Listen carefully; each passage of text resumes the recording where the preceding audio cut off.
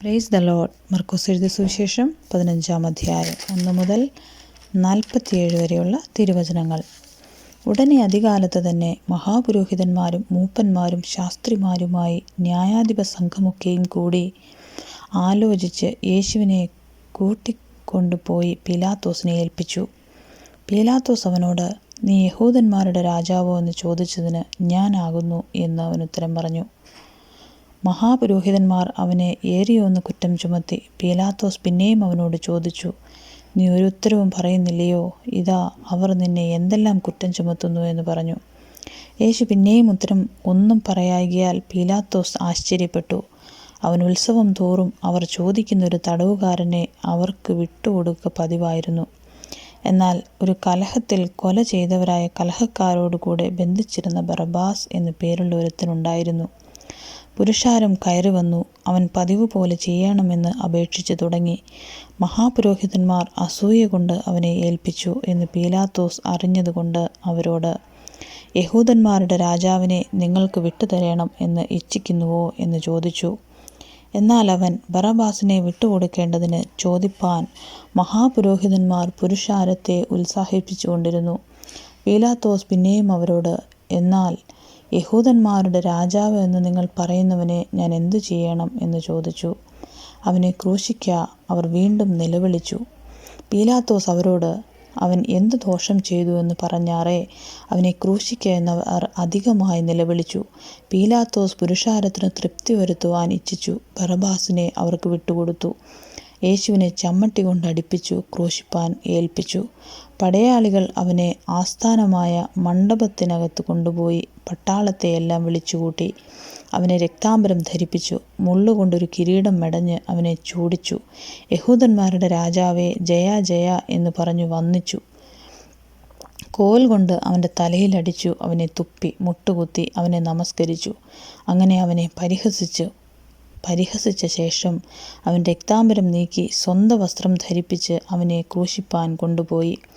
അലക്സണ്ടറിൻ്റെയും രൂഫസിൻ്റെയും അപ്പനായി വയലിൽ നിന്ന് വരുന്ന കുറേനക്കാരനായ ശീമോനെ അവൻ്റെ ക്രൂശ് ചുമപ്പാൻ അവർ നിർബന്ധിച്ചു.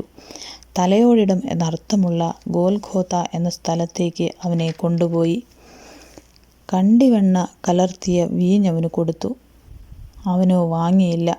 അവനെ ക്രൂശിച്ച ശേഷം അവൻ്റെ വസ്ത്രം ഇന്നവന് ഇന്നത് കിട്ടേണം എന്ന് ചീട്ടിട്ട് പകുതി ചെയ്തു. 3-ാം മണി നേരമായപ്പോൾ അവനെ ക്രൂശിച്ചു. യഹൂദന്മാരുടെ രാജാവ് എന്നിങ്ങനെ അവൻ്റെ കുറ്റം മീതെ എഴുതിയിരുന്നു. അവർ 2 കള്ളന്മാരെ ഒരുത്തനെ വലത്തും ഒരുത്തനെ ഇടത്തുമായി അവരോടുകൂടെ ക്രൂശിച്ചു. അധർമ്മികളുടെ കൂട്ടത്തിൽ അവനെ എണ്ണി എന്നുള്ള തിരുവെഴുത്ത് നിവൃത്തിയായി.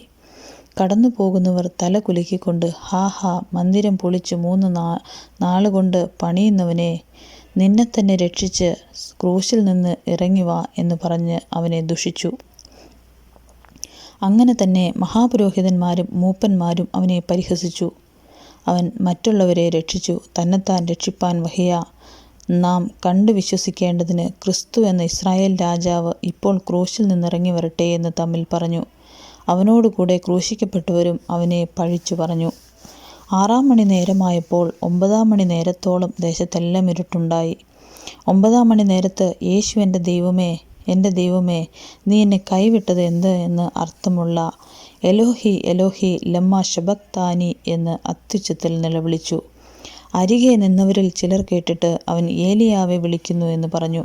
ഒരുത്തൻ ഓടി ഒരു സ്പോങ്ങിൽ പുളിച്ച വീഞ്ഞ് നിറച്ച് ഓടക്കോലിന്മേലാക്കി നിൽപ്പീൻ, ഏലിയാവ് അവനെ ഇറക്കുവാൻ വരുമോ എന്ന് നമുക്ക് കാണാമെന്ന് പറഞ്ഞ് അവനെ കുടിപ്പാൻ കൊടുത്തു.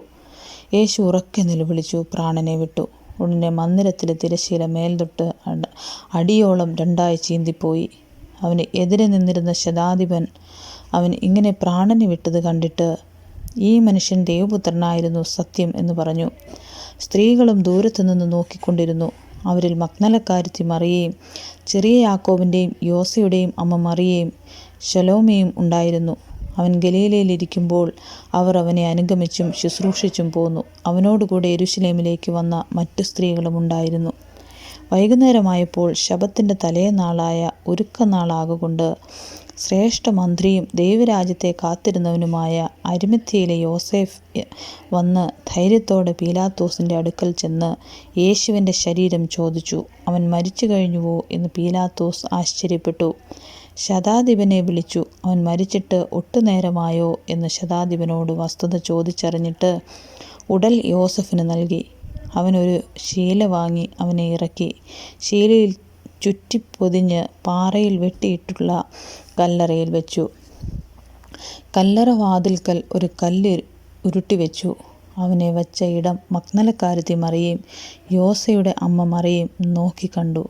ആമേൻ.